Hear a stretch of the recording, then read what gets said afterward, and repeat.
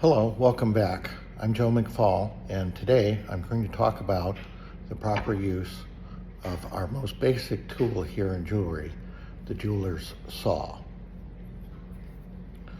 When we're using the jeweler's saw, there's a couple of particular safety concerns that I want to talk about first. And the first of those is safety glasses. The second is that the saw blade right here is very, very thin, very, very fine, and also very, very sharp. It cuts through metal, including silver, copper, brass, and also cuts through flesh, blood vessels, and bone. So we want to make sure that we use our saw blades carefully. To stay safe while we are sawing, we do our work on what's called a bench pen, and this is our standard bench pen. It just slides in and out, and the bench pen is designed so that it can have a slight slope on it or a flat surface. There's a reason why I like to use the flat surface, but it's a matter of personal preference. And this hole here is what I call the circle of doom. As long as your fingers remain outside the circle of doom, you can safely saw with a jewelry saw everywhere, because the saw goes, while you're working, the saw goes inside this circle. And when it's inside the circle and cutting metal, if the saw cuts through the metal or jumps around or misses, it bites into wood, not your fingers. So when you're working with the metal and using a jeweler's saw, be sure to keep your fingers out of what I call the circle of doom. I'll demonstrate this in a few minutes. Next, I want to talk about the saw frame itself. The frame this is called the throat, and this distance is the distance that you can cut through metal. This is about a 6-inch frame. Some of them are shorter. Again, it's a matter of personal preference. The nut right here is adjustable to allow for a longer or shorter blade. And then the blade itself is right here. I just released the blade, and the blade is added or removed. As you can see, the blades are very, very thin, very flexible. I want to talk a minute about blade specifications and thicknesses. The jewelry blades come in different thicknesses depending on the thickness of the metal that you are cutting and the type of metal that you're cutting. The standard middle of the road blade is what's called an O2 blade or 2/0 blade. The blades come in ranging from size 6 to 09, with 6 being the thickest, 09 being the thinnest. Most of our jewelry work is done with this O2 blade. Let's install the blade in our saw frame. So what we do is we put the saw frame down, and we're going to insert the blade with teeth out into the top one, tightening it down, and then we're going to lean into it just a bit and tighten the bottom one. When you get done, the blade makes that sound. If the blade deflects or doesn't make a nice ting sound, it's too loose. The other important thing, which I couldn't demonstrate while I was installing the blade itself, is you can't see the teeth very well on the blade. The teeth are on the outside of the frame, out here, and they angle down. So I made this helpful drawing to show which way your teeth have to face on the blade. And the teeth of the blade face down on the outside. the blade will cut the metal on a downstroke. It won't cut on an upstroke. So downstroke and then upstroke won't cut. And only the downstroke is doing the work. It's fairly common for us to accidentally put the blade in upside down. And you'll notice that right away as you try to cut metal with an upside down blade. Sometimes blades go in backwards and they won't cut at all. It'll be very smooth. But anyways, if there's any issue along that line as you're cutting, check to make sure that the teeth of your blade are facing down and facing out. I usually check the teeth by putting my thumbnail on the blade. It will go down smoothly and not go up smoothly because it'll be caught in the teeth. And that's how I check my blade. It's possible in good light with magnifying glass to see which way the teeth go.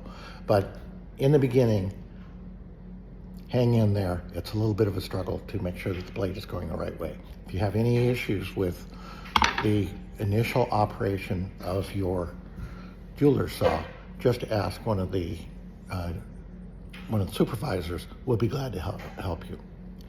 The other thing I'd like to talk about the blade is they come, as you saw, this is 144 blades, one gross blades. They come in a packet of 12 with little wire wrapped around them to hold them together. The blades are somewhat consumable. They will break.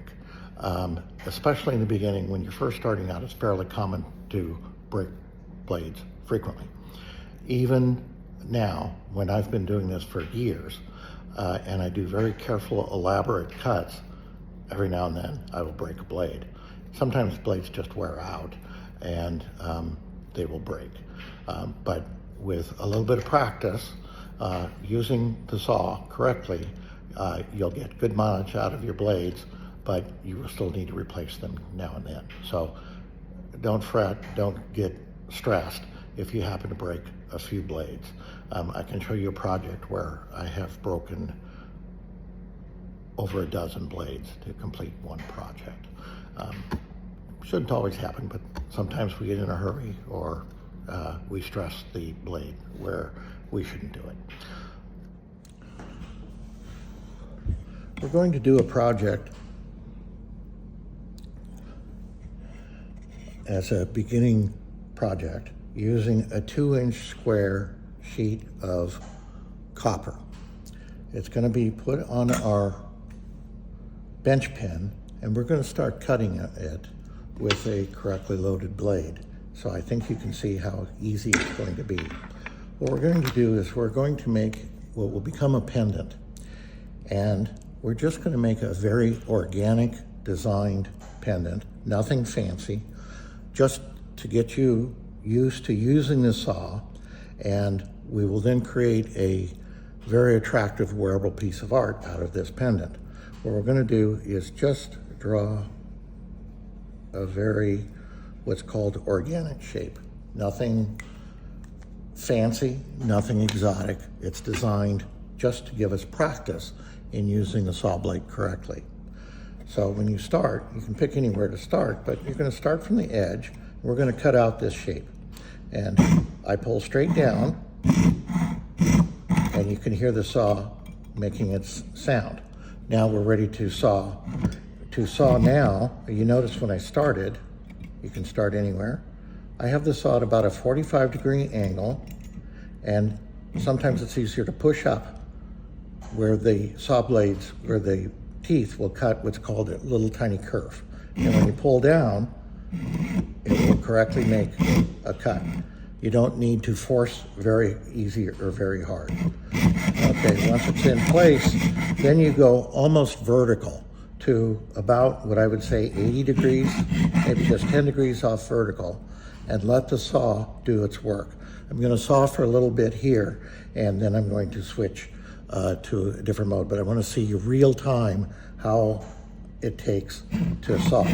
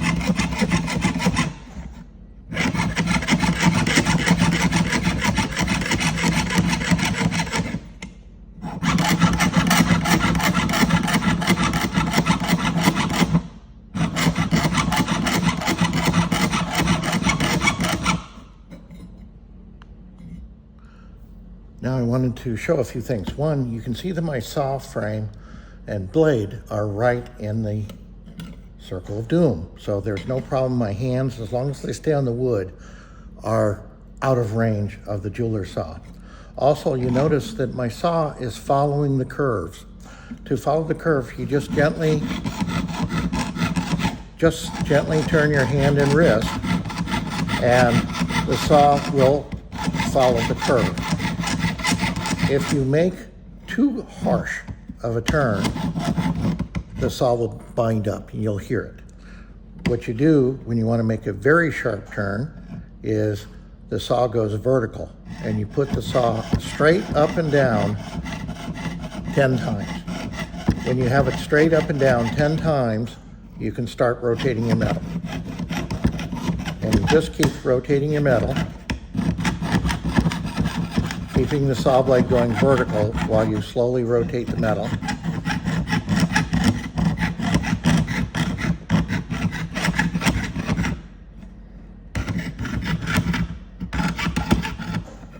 And once you get done,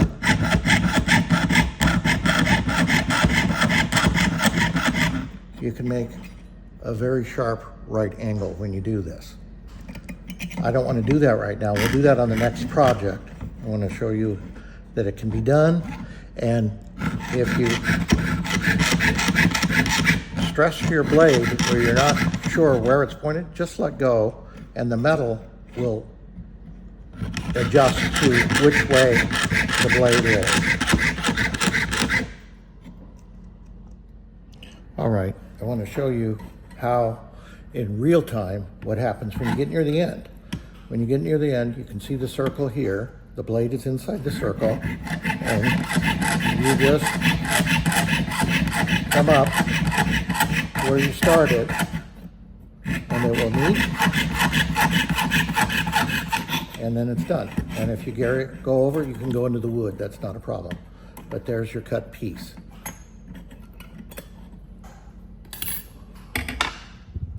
Okay, let's take a look at our finished piece. We can see that I did pretty good following the lines. And if you look on the edge of the piece here carefully, you can see saw marks all the way around. And the edges of the piece are a little, you can feel a little bit of metal bent over the edges by the saw working its way around the piece. In the next video, I'm going to show you how to smooth, polish, and shine your jewelry so that all these saw marks and other marks used in the preparation of a final piece are eliminated, which improve the wearability and the aesthetic appeal of the jewelry piece that we're going to make. I'll see you next time. If there's any questions when you try this in the studio, please contact the supervisor. We'll be happy to help you with your saw frame, help you with your cutting, and good luck. And be sure to stop by and say hello. Don't forget your safety glasses.